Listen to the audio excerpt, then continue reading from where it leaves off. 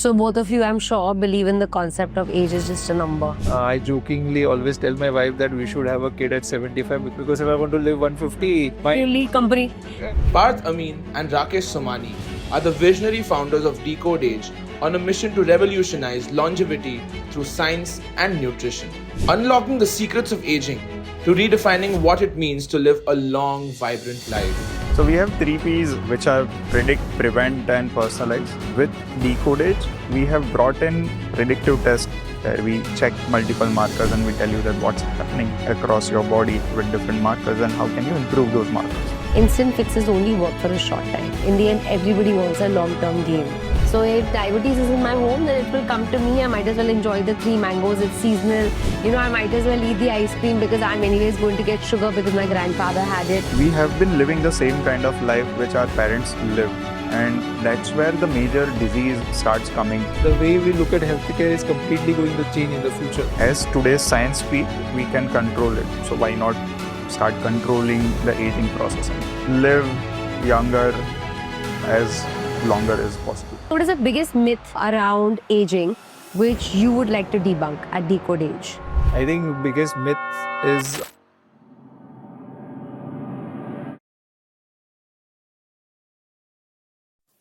So Parth and Rakesh, tell me what made you decide to decode aging? Was it science? Was it curiosity? Or was it personal motivation? So my personal motivation to start Decode Age was majorly changing health, solving the largest problem that was aging, because this is something what happens to everyone, but no one talks about it openly. And you cannot stop aging. Correct. But as today's science speak, we can control it. So why not start controlling the aging process and live younger as longer as possible. So yeah, my journey has been very, very interesting.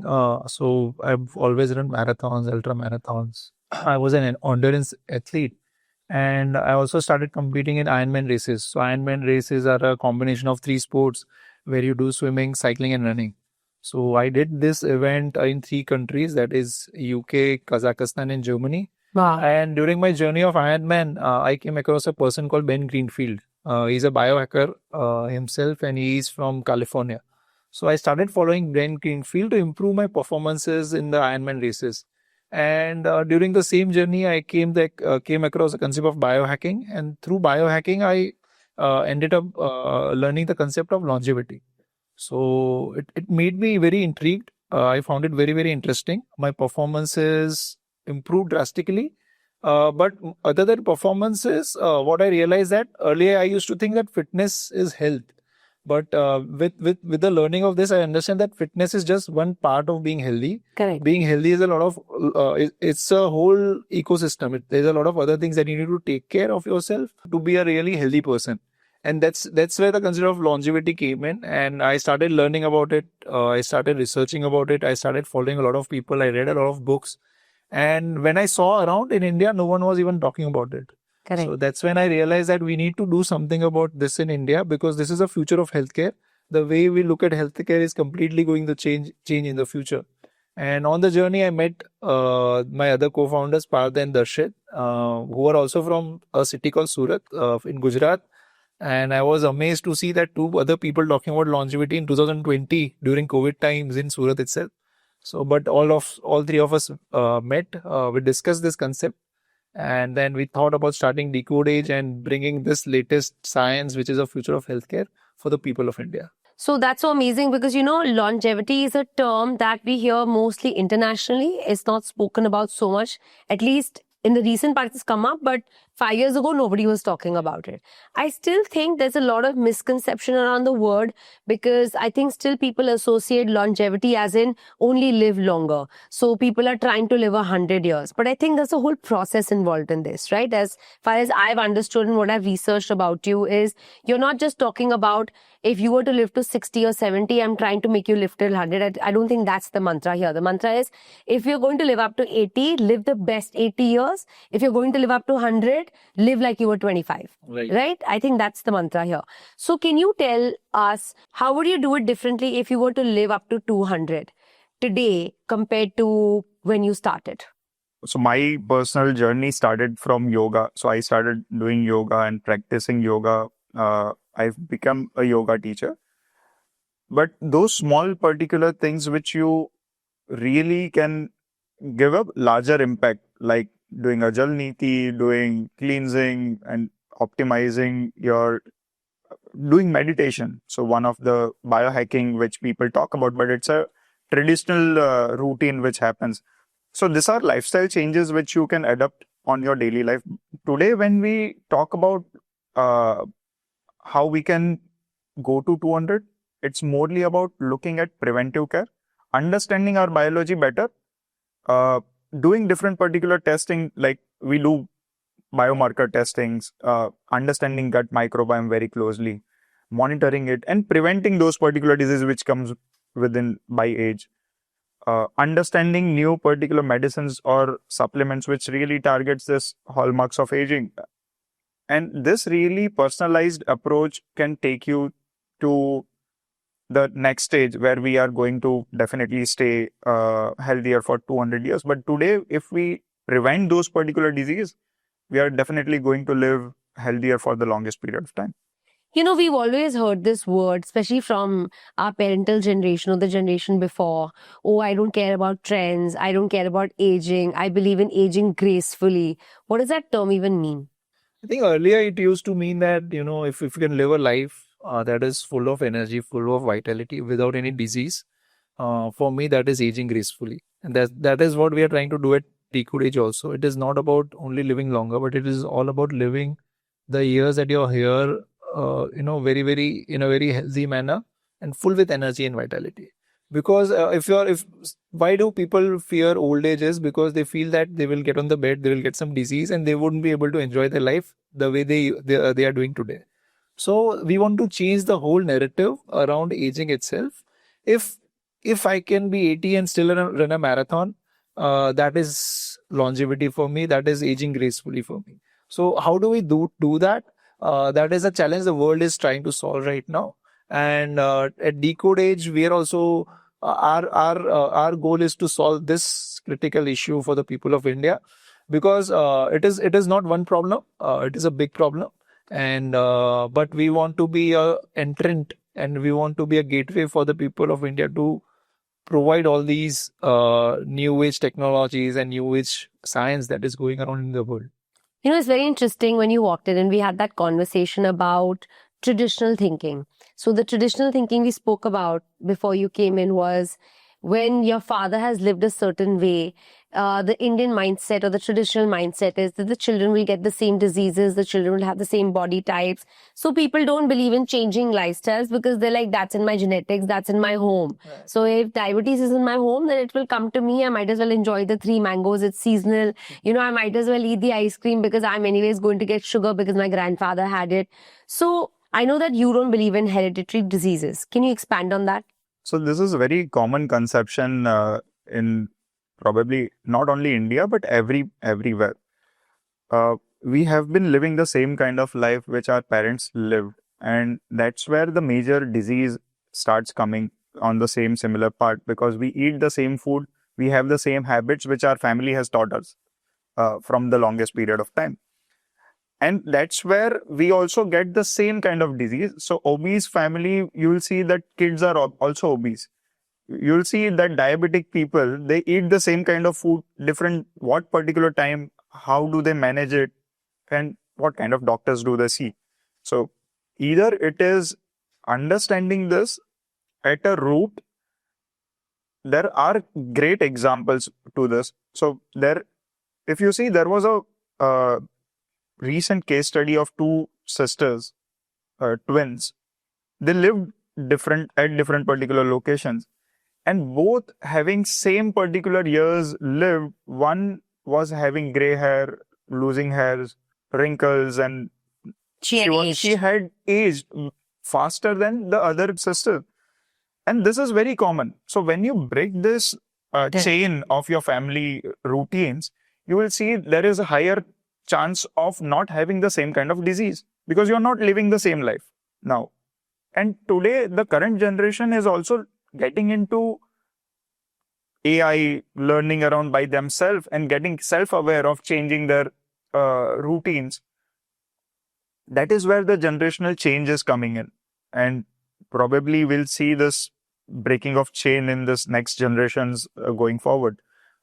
But this is a very common conception till date that we are having a lifestyle disease because we were having this into generational. Our grandparents had, our parents had, and we'll also have it. It's not that. This are lifestyle disease. Yeah, it's a generational mindset. If it's in my home, it will happen to me. And I think as much as it's physical, like you've described, the vitality, the lifestyle, the food, endurance, all of this you take from your parents. So if a father is a sports person, naturally you will see he will push his kid, girl or boy, to be a sports person. And then the child automatically thinks, because my father has this kind of endurance, I have it too. But I wouldn't say it's only genetics. Like you said, it's more like that child is living the same lifestyle, probably eating the same food, waking up at the same time, living that lifestyle to have that kind of endurance. And hence it's built, right? Because each human being is only building what you're living. It shows. There's another aspect that I believe in, which is mental health. So now mental health also is age-wise. Now, for example, I think it ages you. If somebody is 23 and decides that, you know what, physically I'm okay, I'm a decent looking person, I exercise enough, I eat healthy, I'm great.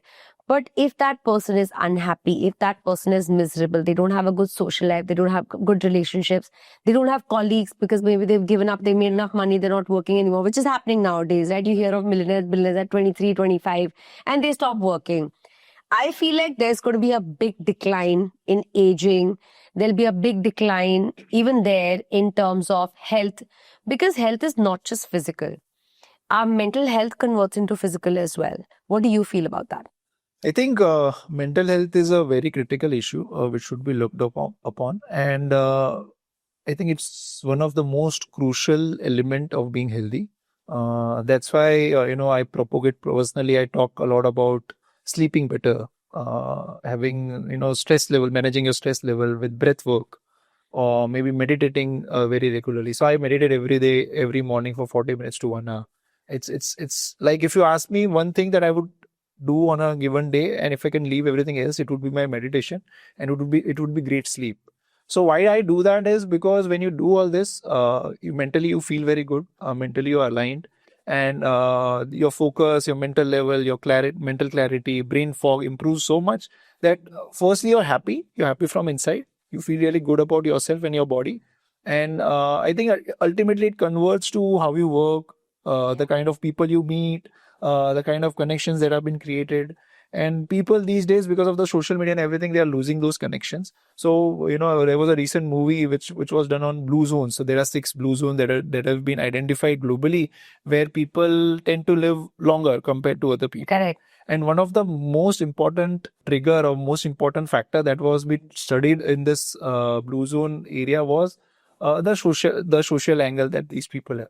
They used to engage themselves socially. They used to meet people, their friends, family, and it plays a very, very critical role. Community living. Community living. It is one of the most, I would say, important pillar of being happy, healthy, and for longevity also. Yeah, because if I don't function well mentally, my performance physically will be affected. My performance at work will be affected. So even if I'm eating really good, I wake up and I have the right protein shake and I eat the right amount of proteins and balance my carbs and all of that. And I put in 60 minutes of exercise in the morning and 20 minutes of yoga and meditation in the evening.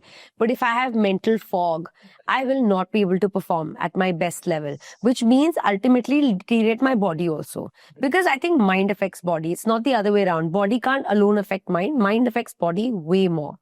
So I'm really glad that you see it that way, because what I've seen mostly is when people believe in physical well-being, they kind of sideline the mental well-being and they're like, no, focus on the body, focus on the longevity, focus on the hormones. But in the end, everything is affected by how you feel and what you think. Right. Hormones are affected by how you feel and how you think, and vice versa. So if your hormones are happy, then you're performing better. Your body will physically perform better. You meet that 90-year-old uncle in your building and you're like, my God, he's 90. He's so fit. He walks up and down the stairs and he still goes to buy his veggies and so people are looking at what he's doing, the activity, but nobody's looking at the fact that how is he as a person? What has he done to stay happy? What has he done to keep his mental level at such a good level that he's physically performing? So I feel like that aspect has to be looked at as well, So Decode Age has the 3 Ps. Can you explain them? So we have 3 Ps, which are predict, prevent, and personalize. With Decode Age, we have brought in predictive test, something like gut microbiome testing or blood-based biological age testing, where we check multiple markers and we tell you that what's happening across your body with different markers and how can you improve those markers. Now, in prevention, there are few particular core supplements which really helps you prevent the chronic disease if it comes to you. And it targets this root cause of aging, right? And these are scientifically proven supplements which helps you stay energetic, helps on metabolic levels, keep your energy up and best, give you best sleep possible. But these are not melatonins.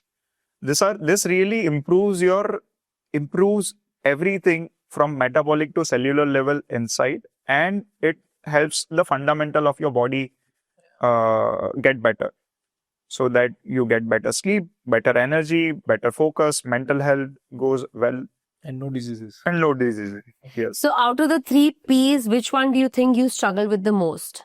personalization, because no one is able to cope up with this personalization. I think yeah. I think the concept up till now has not been personalization. A same medicine or a same supplement is given to everyone. But I think the world now is moving towards personalization. And, Yes. with this particular test and with these advancement that is coming, the future of medicine or the future of supplements would be personalization, because every human is different, every body is different, Yeah. and it cannot be treated in the same way. So, but then that's a difficult part also. So we need a lot of data that needs to be collected. In India, especially, the kind of data that we have is very, very poor.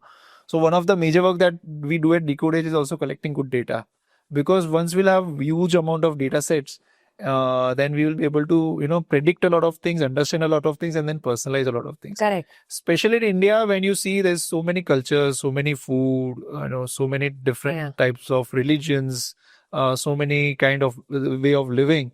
So in India, it is even more complex, because if you go north, south, east, west, every part is very, very different. And those parts are also subdivided then. They're Like North will have the Punjab, the Rajasthan, the Haryana, and they all are different foods, they all have different lifestyles, they all have different thought processes.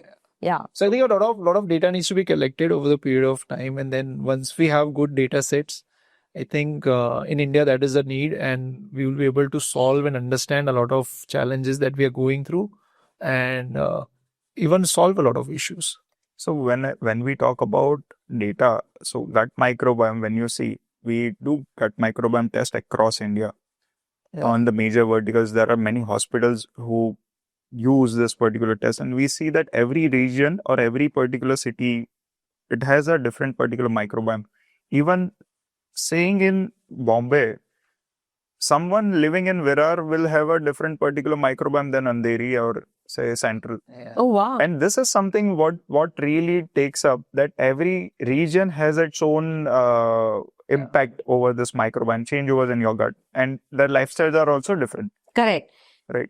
So this is one of the aspects which you see. Now the second core problem with everything is people don't and cannot adhere to those particular changeovers. So if I'm given that I don't have to eat this 5 different foods, will it be implemented in my daily life? That's the biggest problem today, because people are not able to follow those regimens. And it cannot be personalized on everyone's period. If I have 5 different people living in the same house, all the microbiomes are different. Yeah. Something may be good for me, may not be good for my wife. How can we create this 5 different food every single time? Yeah. And can we adhere? So there are a lot of questions around it, but I think time will help solving this particular issues going forward. And microbiome gene editing. Gene editing has came up, microbiome editing would come up, and we'll see how things would change in going forward. So I'm quite aware because my husband and I have a lot of interest in these topics and we read a lot about it. But can you explain to the listeners who probably don't know what microbiome is? Can you explain in basic terms what a gut microbiome is? So there is something called gut microbiome. So gut microbiome is all the organisms, all the fungi, all the viruses that live in our body. So, there are a lot of cells in our body, but more than the cells, there are trillions and trillions of microbiomes that lives in our body. And these microorganisms or these bacteria that live in our body, they play a very, very important role in digestion of food. And also they play a very, very important role in when you get a disease or when you don't get a disease. So they fight the infection. Yes. So there are good microbiome, there is bad microbiome. There are good bacteria, there are bad bacteria. Something could be good for me, could be bad for you. So we need to understand, that's why understanding microbiome has become the most crucial part, because most of the diseases or most of the problems that you get over the period of time is because your microbiome is not supporting your whole ecosystem, that is your body itself. So if you're able to understand your microbiome, you're able to understand what is going inside your body, and such small tweaks and changes. We do our test, gut microbiome test, and then we understand that these are the kind of bacteria that your stomach needs or your body needs, and they are not present in your body. So there are certain foods that you can eat which will induce those bacteria back into your body. And once you get those bacteria, magically you will see that all the problems that you are facing will go away. So I'll ask you for an example. I get a gut microbiome test, and let's say you find out that I've been eating a lot of tomatoes, for example, and it's not suiting me. Yeah. So then you will ask me to eradicate tomatoes. Yes. But for example, if you test my child's microbiome test, it's suiting him. Yeah. Right? It can vary that much. It can vary that much. Yeah. And we have seen this, eliminating just 2 or 3 foods from your diet, and you suddenly feel very good. You're able to Drastic digest. changes. Yeah, you are able to digest your food very properly, and your overall a lot of health issues that you're facing on a day-to-day basis improves. And coming on to the mental health, there is a strong connection between gut and gut-brain axis. So we also do that as part of our testing, where we are able to understand the gut-brain axis. We are able to tell that the serotonin that has been produced, which has been known that you need serotonin to be happy and to be calm and everything. It is most of the serotonin is being produced in the gut. Oh, So wow. if you are able to maintain your gut, if your gut is healthy, at the end of the day, you will feel mentally also very balanced and very, very happy and composed, and there would be no brain fog or such stuff like that. So I think having a healthy gut microbiome is not only solving the other issues that you're facing in your body, but it's also mental health. So it's not just physically, it's mentally as well. Yes. That's amazing. Traditionally, we were always been listening to that food is the medicine and food is real medicine. And what we eat, we don't. It's our microbiome eat those particular food, and then they give us then they help us metabolize those particular food in our body.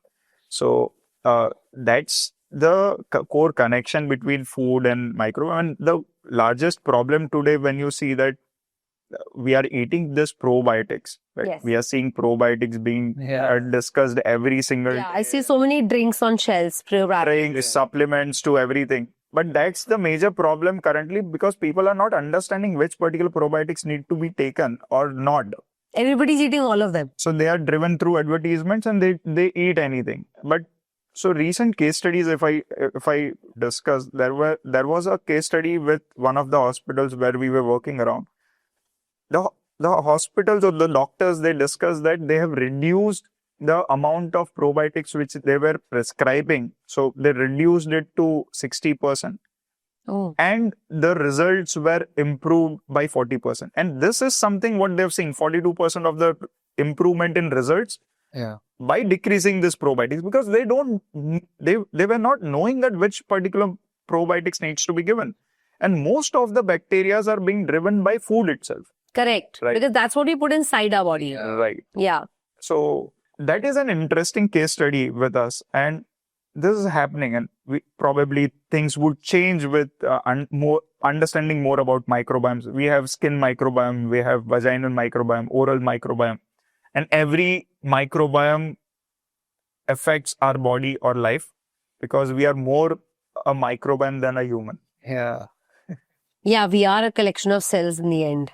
No, we are a collection of microbiome than cells. Because in school we were taught we are a collection of cells. But we have more microbiome than Yeah, cells. but that's obviously as science has progressed. Probably Right. now the new generation will be like, no, we're not cells. We're Every disease starts from gut, which Rakesh mentioned. And it is true. Every disease, every chronic condition, it starts from gut.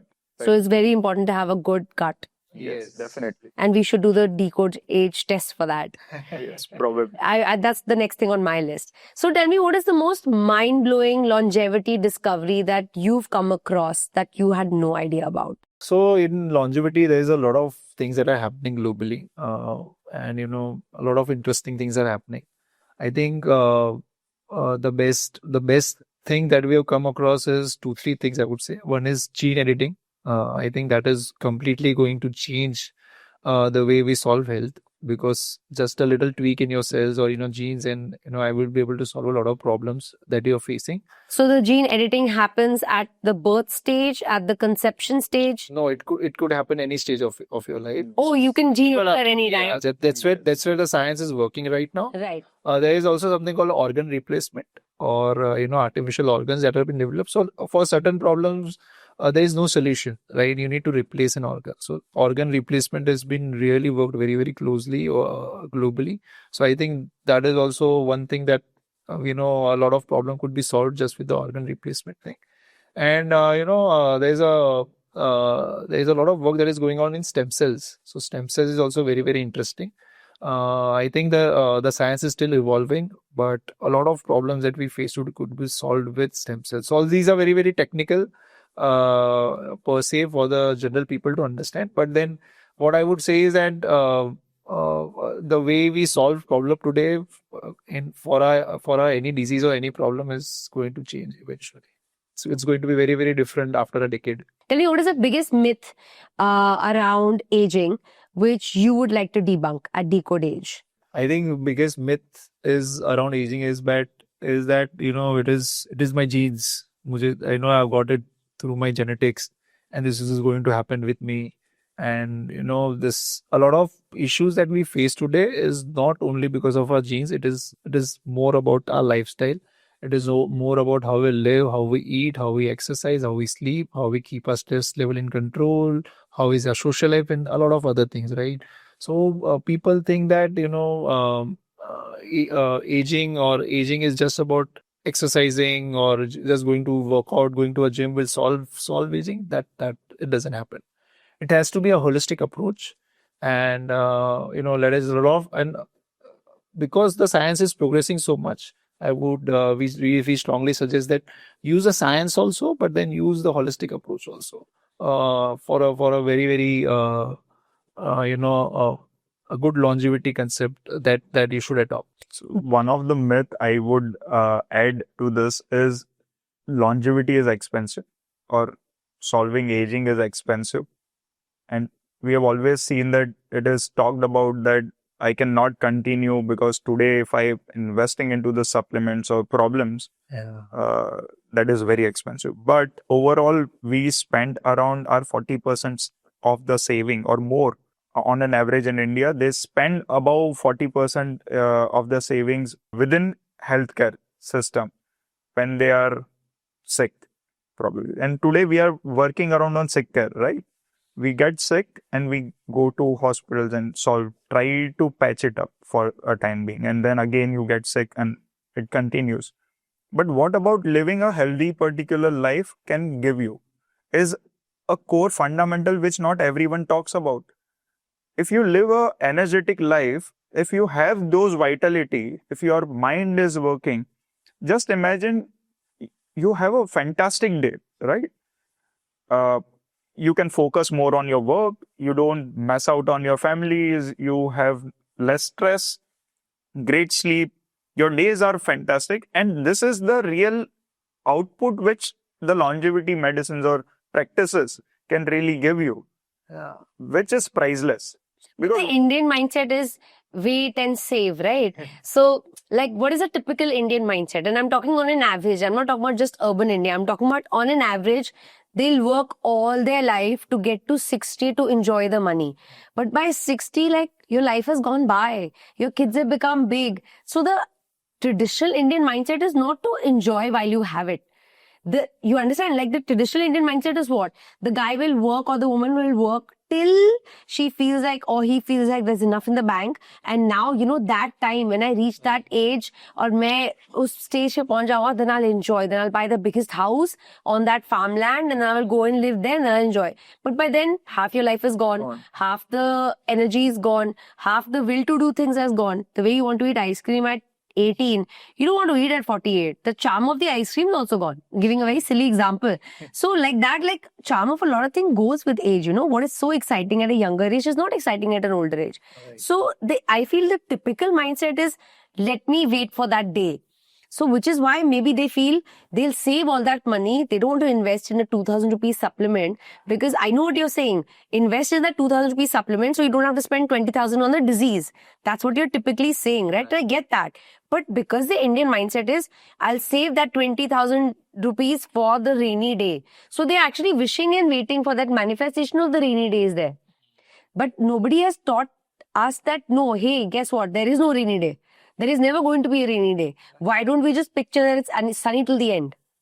It's because the mindset is in such a way trained. It is societal thinking or the conditioning that we've had. You must save for the rainy day. You must wait for the end. You must have it till the end. अगर बाद में हुआ फिर क्या करोगे? अगर बाद में health खराब हुई, grandparents के लिए चाहिए होगा, parents के लिए चाहिए होगा. That mindset is been there for generations. So I think it's a mindset shift that is required at this point. I think just by teaching people about Decode Age might not be enough. It's that explaining this concept of 20 rupees every day rather than 20,000 rupees at one point is exactly the same. No, there is more to it. No, I mean, fundamentally, they're not thinking that they're thinking they're over-investing right now. They don't need to spend the 20 because they're healthy right now. So they're saying, you're asking me to spend 20 when I'm healthy. I'd rather save 20,000 for when I'm sick. But you are saying, spend the 20, you'll never get sick. You'll never need the 20,000. I'm saying that's the fundamental basic concept of it, which people need to understand. That they're 20 rupees you're investing towards not having to spend that 20,000. Agreed. So when they don't spend this particular 20 rupees a day and they want to spend this 20,000 at a time when it comes, but they also miss out that they are not enjoying this particular time. I said that in the beginning because they're still waiting for the day, but that's the mindset, right? Nobody. बीमार रहना है, सबको बीमार रहना है end तक, और बीमारी से बाहर निकल के वापस बीमार रहना है, because they don't feel good. They are not spending wise time with their children because they are not feeling good. They are not focused on their particular work time. So their days are already gone. So पहले भी बीमार है, बाद में भी बीमार है आदमी. And this is happening every particular time. Say, I'm not feeling energetic. So recent case study is what I was going through. I like reading out brands. So Sting करके एक particular drink है. I know, I've read about it. So last month when I was in Bombay, I saw that बहुत लोग Sting P रहे थे. And I asked this particular question. I started reading about it. मैंने पहले सुना था, but I have never focused there. Correct. But this was workers who were drinking this particular Sting. And I discussed about it to my colleagues and understood the concept of Sting. It says that मैं एक time खाना नहीं खाऊंगा, but Sting P लूंगा. Because मुझे energy चाहिए. Yeah, I read about it too.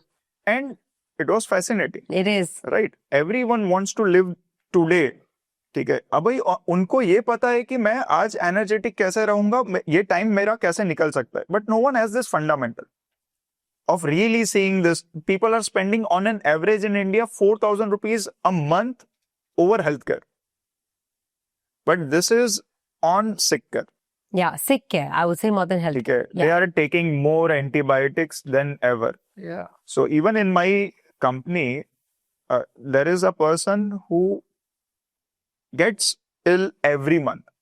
Every month. Yeah. And then one day I asked that what's happening? Why is it happening in the same company? We are discussing about longevity. We are discussing about preventing this particular things. And then we saw that basic bimari hoti hai, they go to doctor and doctor prescribe the same thing, multivitamin, vitamin D3 and antibiotics. Yeah. And he's on antibiotics forever. Every month he has been given antibiotics. And how can this particular person get up again? Because antibiotics are ruining the microbiome system. And your microbiomes are dying every single time. Even your healthy microbiomes are dying. because you're constantly taking these antibiotics.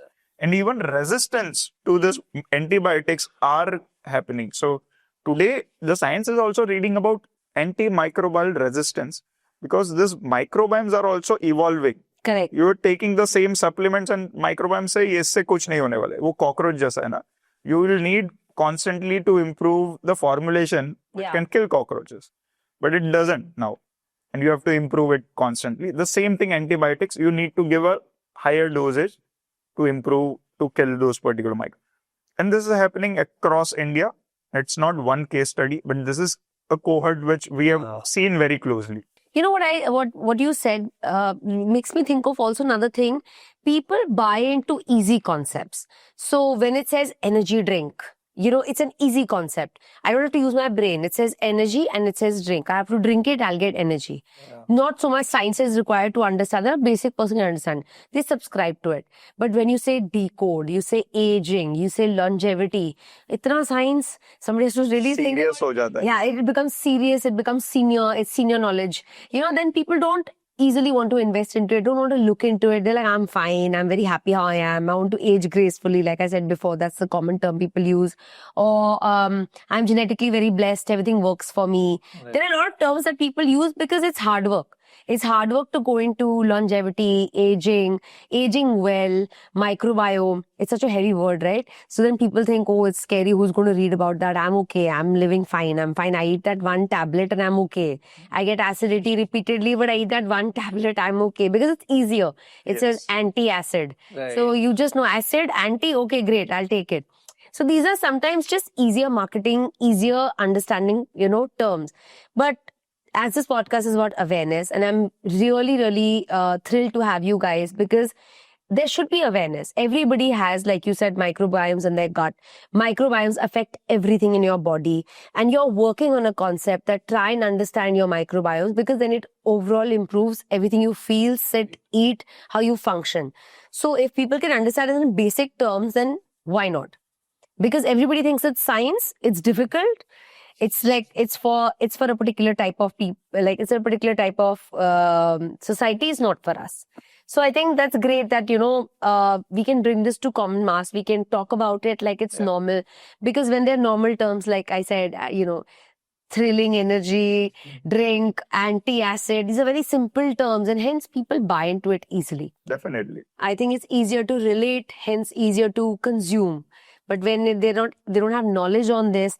So how do you want to expand on the knowledge of Decode Age? How would you spread awareness? I think spreading awareness has been the most crucial part of our journey also, because when you're talking about something which has never been done before, obviously there is a lot of knowledge sharing, there is a lot of understanding that you need to come up with. But I feel there's a global revolution that is happening, especially in this area and the way we look at health. So obviously in India, we started talking about it way before when anyone else was talking about it. But now if you see, suddenly there is a spurt of people who are talking in India, globally. And this is awareness that is now slowly coming up. So we also do a lot of, webinars, a lot of podcasts, a lot of education, influencer. We bring a lot of influencers just to promote and understand and make people aware of this new concept. So I think it's a matter of time. The way we see it's evolving, it will spread like wildfire. It's just a matter of time. We'll see people would be knowing about this concept. Yeah. And whether you like it or not, this is going to happen. It will be ingrained in people's day-to-day life. The way we look at health is completely going to change. People are going to live longer lives. It is just about that how do we make sure that the longer life that we are living is full with energy, vitality, without any diseases. That's the whole thing that we want to bring on the table, because that is going to happen anyways. When you see the future of aging, right, like you just rightly said, people are going to live longer and there won't be as many diseases. Let's say people won't die of diseases at 40, 50 that was happening over the years. So does it scare you or does it excite you? Because in the end, there's going to be more people. There's going to be healthier populations, larger populations. So how do you think the world will handle it? I think this is a big myth again. I think the way because we do a lot of studies, such questions comes to us. And it has been predicted that in fact, over the period of time, if you see 20 years, 25 years down the line, the population will start declining and not actually increasing. So if you see Elon Musk also in his recent conversation, he talked about that we need to solve fertility and we need to solve this basic problem. We need more people in the world, because the way things are progressing, eventually they see there would be a decline. Because if you see, people are now started to having less children. Some people don't have children at all. So this is actually happening. So that's where longevity becomes even more important. Because if you are not going to have more children, and if you're not going to have so many people in the world, at least the people that are living here, we would be needing them. And if they are going to Keep them alive. We don't have more coming. yeah, so let's keep them alive, and also we need to make sure that they can live a very energetic and a vitality life. Because retirement age that is 58 today, that won't be sustainable, right? It has to be 68 and eventually 78. So people have to work till 68 or 70 to make this world, workable. And that's where the importance of longevity becomes even more important, because you need to be aging gracefully, or you need to be very healthy during your later part of the life also, so that you can you can contribute to the society and just not be the burden to the society. Since you're fixing aging and you're fixing microbiomes and you're fixing vitality, is fertility something you guys have considered? So I think fertility is also one of the important part of the how your biology works. And I think with the kind of lifestyle and with the kind of stressful life that people live today, that has contributed to fertility. So whatever we are doing, where we are promoting overall healthy living, in a way, indirectly, it helps it helps solve infertility also. Because, there was a time, I would say, my grandparents' generation where everybody had five, six kids, right? Firstly, they had the time for it. And secondly, it was normal. Like today's day and age is so expensive. You cannot just have 5 or 6 kids. Everyone can't just plan. Urban living is tough and it's expensive. So you can't actually have 5 kids. You want to give the best schooling, best education, best of everything. It's not possible to give that to 5 children. Then it'll get broken down, or you'll have to compromise somewhere. So everybody wants to do the best for their children. So you would see mostly people having 1 or 2 kids because they believe whatever I have, I want to give the best to my 2 children or 3 children or whatever. So one aspect is that. Then the second aspect is that it was easy for people to get pregnant 20 years ago compared to in the last 5 to 7 years, where getting pregnant is becoming a struggle. IVF is becoming more prevalent because it's very difficult for women to get pregnant, even if they're living healthy lifestyles, even if they're mentally and physically healthy. So, like you said, the population will not increase, it will decline. Do you feel like in the end, fertility is something that should also become the focus? It is core focus. So the world is looking into fertility also a lot. And when you cover up your basic need of your body or biology, you start understanding it better. When you get into longevity regimens, what we always talk about, living healthy, right? Your fertility rate also improves. So your fertility definitely improves with the kind of lifestyle you have. Today, most of this particular generation are not living that healthy life. They are living this white label life because they want to show, they want to live this extravagant life. They want to show things to people and they're not serious about it. So living a conscious life with a healthy choices is something which really impacts on fertility rates. And longevity medicines, probably it also works very well on. So there are a lot of studies going around with every fundamental of, because fertility also starts as a fundamental of your biology. In fact, one of our core products, NMN, which is one of our hero products, supplement, there's been a lot of studies that have been done, like taking regular NMN supplementation has improved fertility. And it has really improved fertility. So obviously, fertility is one way of living a healthier life. It defines a healthier life, and so it is, I think, the most integral part of longevity. So do you think, are we all secretly aging backwards in the era of skincare and supplements, at least in the urban cities, tier one? Everyone's very aware of skincare, treatments, supplements. Everyone's taking a glutathione nowadays. Everyone's taking a melatonin. Everyone's taking a collagen. Everyone's taking multivitamins. There are enough effervescents nowadays that are sold on every shelf. You go to any shop and people buy them. They're like, I'll eat this for my skin, hair, nails, whatever. So do you think we are actually aging backwards since we are consuming all of this, or do you think it's all just marketing? There's a big gap between anti-aging and healthy aging. So when we define all these particular aspects, this is all about anti-aging, right? People just want to look better. But when you really drive it through the real supplements or real methods of being healthy from within, that will really give you long-term effects. And you also see those effects on your skin or say your biology going forward. Collagen is vital, definitely, but it's not just for this particular wrinkles. Collagen is also helping a lot of tissues, improving your joint pains. So it's used into joint conditions and improving your skin. Whereas when you go deep dive on science, when you start solving this core fundamentals, it really helps you get long-term effects from this. So when everything is better in your body, you start seeing your wrinkles also going by. You'll start seeing your joints, so arthritis or joint pains, it goes down.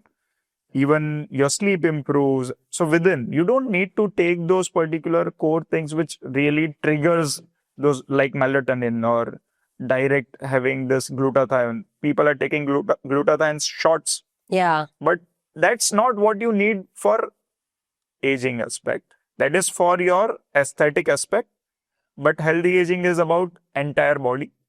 How you live a very healthy life and not just aesthetical aspect of. So what Parth was talking about was, it's more about looking good from outside. I think what we are looking at is how do you look beautiful from inside. So I think hacking your biology has become much more important. So the biohacking is definitely a new trend. I will give an example of myself only. So when I got married at 26, I remember I went to a salon and I got my hair dyed. So that time my lifestyle was not very great. And because it was a wedding, my parents, my cousins, everyone, my friends recommended that I should get my hair dyed. There's a lot of gray hairs that you have. So that was it at the age of 26. After I got married and when I changed my complete lifestyle and I started living a very healthy and when I understood all this, over the last from 2012-13 to 2023-24, 10 years, I've really hacked my body. I started doing a lot of things, like from my morning routine, doing meditation, reducing my stress levels, getting into hot and cold. I used infrared sauna bath. I do cold baths. So it is just 20 minutes of sauna bath, 5 minutes of cold, really cold water. It's like 5-degree cold water. Then biohacking with my, different kind of exercises, HIIT workouts, and getting the workout of 1 hour in 5-7 minutes. Eating the right food, the microbiome diet, eliminating a lot of foods that I used to eat before, adding a lot of supplements, especially supplements like NMN and resveratrol, which are part of our regimen also. I started using before we launched them in Decode Age. So I'm a guinea pig in a company. I've done all this before. And when I did all this over a period of 7, 8, 10 years, actually my hair from gray, they turned to black. So it is actually possible that you can reverse aging aesthetically also. But then it has to start from inside. Because I improved my biology from inside, it starts showing outside also. So, such things, if you do, and you need to be very, very consistent. It's not a short-term thing. It's not about 2 months, 3 months, 6 months thing. You need to be consistent over the years and years, 2, 3, 5 years. And it has to be a lifestyle change.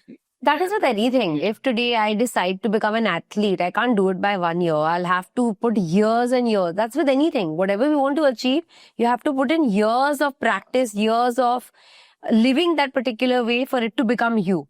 So that is with anything in life, any aspect, be it mental health, be it physical health, be it a job, be it anything you want to achieve.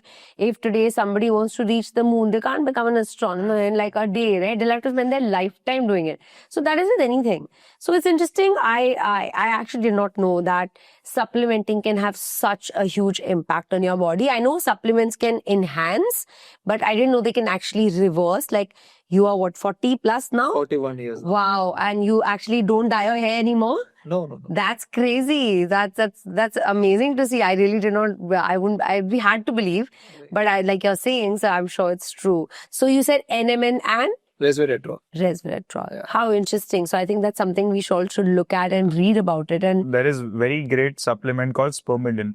So that gives you direct effect on your hair growth. So that's something what also helps. So these are ways which works from inside and for longer period of time. I think they solve the problem from your cellular level. Yes. It's right from the base. So it really helps you solve the problems right at the core. yeah, I think that's what people don't understand, or we as common people don't understand. We're not, biologists. No one wants to bed for long period of time. They need this instant Quick effect. fix. Quick fix. Yeah, everything is a quick fix. Look at the life we are living. You want a sandwich, it's a quick fix. It'll come in 5 seconds. You want anything, Zomato, Zepto, everything gives it to you in a second. So everything is a quick fix. So how to have the patience to go dye my hair, it'll take 15 minutes at the salon, but I'll have to take 3 years of supplementation for my hair to go black again. So it's that patience, But then I think in the end, if people really understand biology, which is what we are here for, to create awareness, and people really understand the meaning of healthy from inside, then I'm sure it's something people will explore. Instant fixes only work for a short time. In the end, everybody wants a long-term game. So being on Shark Tank must have been such a great experience and a whirlwind. Can you tell us how that worked out for you? I think it really helped us in improving awareness. Also, Shark Tank helped people really get the gist of aging. So they started trusting the concept of aging because they saw on screen about it, and even sharks were talking about it. So you guys got validation in that sense. So the real validation came after Shark Tank, and that really helped us gain the traction around, and it was a free awareness which happened on a large scale. What was the most unexpected part of that experience? So there were a lot of collaboration which happened after Shark Tank. Even many hospitals started reaching out to us. You didn't expect that. That wasn't expected. We thought of customers would come in, but more research institutes started coming in. And before that, we were very seriously focusing on how we can try and get to customers. But now this were a very different particular regions. We tied up with great institutes like AIMS. We did a collaboration with HCG hospitals and things around India. So I think many institutes like Bharati Vidyapeeth or Indian Institute of Science, IISc, we started different particular projects across India. So instead of B2C, you became like a B2B. Yes, now we are focusing that way. It was a complete game changer. So we went for the shoot. We did the shoot. The shoot was great. We had a lot of fun on the set. It was like a proper movie set, and the sharks were also very nice. They made us comfortable and everything. So the experience was very nice. We got the deal also in the Shark Tank with Anupam. So we were happy and all that. But then we were back to our routine, and the show aired after 4 months. Yes. After the shoot. So once the show was aired, and next day everything was different. People saw us with a different eye. We got, like Parth was saying, we got so many collaborations, so many approaches, so many people reached out to us. Suddenly, in one day, life was different. And it really helped us because we were working on such a unique concept. That platform, that huge audience, that huge awareness that we got from Shark Tank was, I think, one of the turning points for us. As you said, it validated the whole concept. Yeah. Now, people, when you used to ask her, they watch the Shark Tank episode and then they come to us. So we don't need to explain them what we are doing, right? It got very easier for us. And I think the traction, the kind of approaches that we got were phenomenal. This is just for my knowledge, and I'm very curious here. You see so many high-stake dramas on Shark Tank. Are they for real? Those are not dramas, but I think it is very natural, so the show takes up for 2 hours, probably. So R was approximately 1.5 or 40 40 minutes. Yeah. It lasted, and you get to see this 15 minutes. So they pick up this particular real fun facts, or they drive this particular narration. They pick up the real scenes, what they want to show. But the entire discussion is very long, and a lot of movements are there. I think it is very organic. Yes. There is nothing that has been made up there. Also, it actually happens. All the discussion, negotiations, the back and everything forth. happens. It is live. I've always wondered. I always think, is it just for It's the like show? a normal people talking, fighting, discussing, asking rude questions. What jo bhi hai. They want to be very clear with it because they are betting on something. Yeah, because sometimes they show somebody comes in and they say, I want 20% equity, and the other person says, I'm ready to offer 5. And then they suddenly on 15% they've shaken hands. And in my head, I'm like, this is just shooting, this is not real. But obviously, like you said, an hour of probably discussion has been missed out or left out of the shoot. They don't actually show all of it. They don't show everything. Yeah, so it probably is true. And do you think that pitching longevity and anti-aging as a business, did you feel like people didn't understand it? Did you feel like people questioned it a lot more than other businesses? Oh, I think one great thing which happened was our family started trusting us. So our nearest and dearest ones who thought of that, ये लोग क्या कर रहे हैं? पागल है, aging पे काम कर रहे हैं. And they saw us on screen. Now they started believing. पहले तो घर की मुर्गी दाल बराबर, which happens. And then they started calling and, oh, I also want to do something around this. Can I have your products? And now they are able to trust a particular company or the entire concept of it. So that changes. So I believe Shark Tank has given those particular platform and made the small and short things around bringing trust to people, connecting dots around longevity and aging in India, because in India in India people never thought of the kind of concept, and people believed that this concept would come 10 years later, but it is very early, it is entering Indian space. So I think the best thing happened after the Shark Tank. What is the biggest struggle or the hardest part of running a longevity ecosystem? I think because this is a very new concept, I think educating people is been the toughest part, and bringing that awareness among people, explaining them the value and the importance of adopting this lifestyle or this concept. That is the most difficult part, but that's where it gets challenging also and exciting also. And we've been really the voice for longevity in India. And now when we see after 4 years of hard work, we really see that we were able to make such a strong impact here. But yeah, it is tough. I think being an entrepreneur and building something like this it comes with a lot of challenges and a lot of issues that you go through. But I think that's a part of being entrepreneur, right? Enjoying the whole journey and being through those challenging times. And I always strongly believe that a good time comes after a challenging time. So I think we are now witnessing that. Do you think longevity ties into mental wellness? Do you think having a healthy body and knowing that I have next 40 years ahead of me if I'm supplementing and living biohacked life, do you think that plays into the mindset long term? I think I'd like to speak about here because I really strongly believe in mental health. I think one of the best thing that has happened to me over the past decade has been taking care of my mental health. As I told before also, I do breath work, I do hardcore meditation. I take a lot of supplements like Brahmi, NMN and everything for my mental health. I do hot and cold for my mental health. So I think we don't value and we don't understand the importance of being mentally fit. I think it is one of the most crucial part of anyone's journey. And if you're able to understand it and solve it, it will really make you very, very, healthy from inside, because mental health has never been looked the way it should. Yeah. But recently, if you see, there's a lot of discussion now. People have started talking about meditation also. It has been in our tradition since a very, very long time. Yeah, since years. Yeah, breathwork is one strong. The pranayam has been in our tradition since a very, very long time. So all these things, when you do breathwork also, it really make you mentally fit.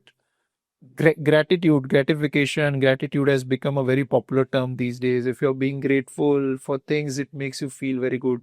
But then, again, it's a term. It's like a cool term that's used. A lot of people say gratitude and they'll, I don't know, put a picture of the London Bridge and they'll write gratitude. I'm here in London for a holiday.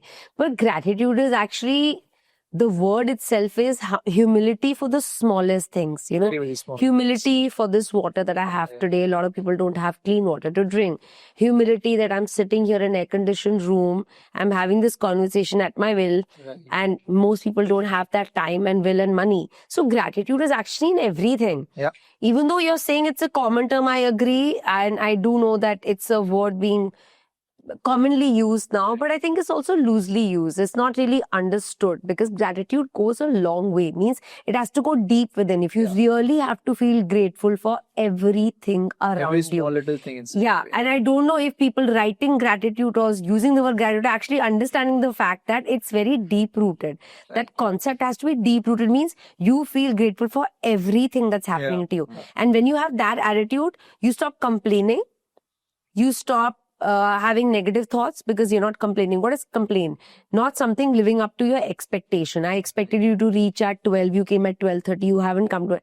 But if I have gratitude, I'm able to hold this session today and everything has worked out beautifully, then I won't get angry, right? So people use that term, but I don't think they actually apply it in their lives. Because when you start applying it, it'll apply in every aspect. Yep. And the minute you're grateful for everything, nothing is complaint, nothing is falling short. Right. So I think there's some gap there. I still feel like gratitude is yet to be understood and truly in its all sense and its glory. It's a glorious word, but if it's really understood and used to its full potential, it's life-changing. But we haven't reached there yet. It's more for the gram, or it's more to show your friends, and it's more for, us. It's become like a socially used word. I have so much gratitude, my son got into this school. that is not to do with gratitude really. Like gratitude is really like humility. Yeah. So I think it's yet to be used. So tell me, there's a pressure to look good nowadays and more than ever in anyone's lifetime, right? There's that pressure to look young. 40-year-old should look 20, 50-year-old should look 30. Everyone else should look younger, feel younger, live a younger life. Do you think this is somewhere moving us away from embracing our age? Looking young and feeling young, that's something what will come by time, because now from the point there is, so on the core we have forgotten that there is a new economy being created because people are going to live long, and so they have to live healthier and even more energetic or be young for the longest period of time. Yeah. So the new economy, which is coming, a silver economy, which is above 50 and forward. So people who are living more than 50 years, they want to now be energetic as they were in 30s or probably 35. And that's going to replicate and bring people live and work in the same similar manner they were living in their 30s. I think let me add here. So people have always been aspirant of, feel looking good. What we also want to add is how do you feel good from inside, right? So I think that aspiration will always be there. People from generation to generation always want to look good and, look the prettiest or the handsomest that they want to. But No. It's not about looking the prettiest. Like today, because of social media, because of reach, today I can speak to my 70-year-old uncle in the US on FaceTime. You couldn't do that in the previous generation or 20 years ago, right? So that whole socioeconomics has changed around looks. Age has become that very important factor that everybody wants to look young, because we're able to see globally what people are looking like at 40, and globally now women at 50 don't look like they're 50. You see pictures of women at 50, what my grandmother or my mother even looked at nowadays is not like that. So I'm saying because across the globe, the concept of looking young has become so important. Yeah. Do you think we're not able to embrace age at all? No, it's not actually like that. If you see a lot of people who really want to look good, they also work. A lot of people, not everyone, they also work on a lot of other things that are needed for a healthy body. So they will work out very regularly. They will eat clean. They will take necessary supplements if needed, and take care of a lot of other things. So people who wants to do this or who wants to look good, directly indirectly they end up doing other good things also, which is again good for their overall health and biology, and which in turns out to be better for them, because if you take care of all this, you will look better than if you don't take care of all these basic stuffs. So both of you, I'm sure, believe in the concept of age is just a number. Definitely. I think age is just a number. I personally feel that I want to live 150 years and above. I jokingly always tell my wife that we should have a kid at 75, because because if I want to live 150, You lead company. so we should have a kid at 75. Why? It's like earlier people used to think that they will live to 70, 80. So they used to have kids around 30, 35. That's what we are doing today. Correct. But when you think about in that way, in that sense, and if you're really able to pull yourself till 150, then the whole thought process behind how you live today is completely going to change. People these days are in a rush because they feel I just have 20-30 years of my life in which I want to do everything, whatever I want to do, and then I will retire and I will do this and that. But if you're able to, say for example, live 150, the whole thought process on how you live today would change. You will become much more calmer. You can take things easily, because you have a lot of time to do everything that you want to do. You won't be in a rush, and a lot of stress that people overcome today or see today is because of that rush. Yeah, because the rush is that I have lack of time. Lack of time, Yeah. right? But if we are able to change this whole idea over the period of next 10 to 15 years, where the technology is taking us, then I think people, when they will understand this, when they will be able to relate to this, I think they will become much more calmer. They will take things easily, because now they will know that they have time to do whatever they want to do in life. I think Okay. people have to take it from within that. And this is truth that we are definitely going to live longer. That there is no choice. People think that they'll go off by 60 and they want to go off by 60. I would like to end the conversation by a fun round called Burst the Bubble. I'll ask you a few questions. Give me the first answer that comes to your mind. So I'll start with you, Parth. So tell me one aging vice you wish people would give up like forever. Smoking. Rakesh, Yeah. if longevity were a person, what would be their morning routine? I think I am living by that routine. So I have a very good podcast, and you can watch that podcast and understand my morning routine. It's really very nice, and you should adopt it. Okay. What's one biohack that actually works and one that's just a hype? I think one biohack which really works is breath work. I think it's very, very powerful. You should do it. And one biohack which doesn't really work is, working out every day. You don't need to work out every day. Even if you do 3 or 4 times a week or 2 or 3 times a week, if done right, it is enough for your biology. I think more important is to, keep moving. Keep moving all day around. I think that is even more critical. One crazy biohack which recently I started practicing is meditating before getting into sleep. So before going to bed, if you meditate, Yeah. you get a very great sleep. Oh, amazing. Yeah. If you could live up to 150 but had to give up sugar or Wi-Fi, which one would you give up? Sugar. 3 words you'd use to describe your experience on Shark Tank. 3 words. I think amazing, life-changing, and I think a lot of awareness.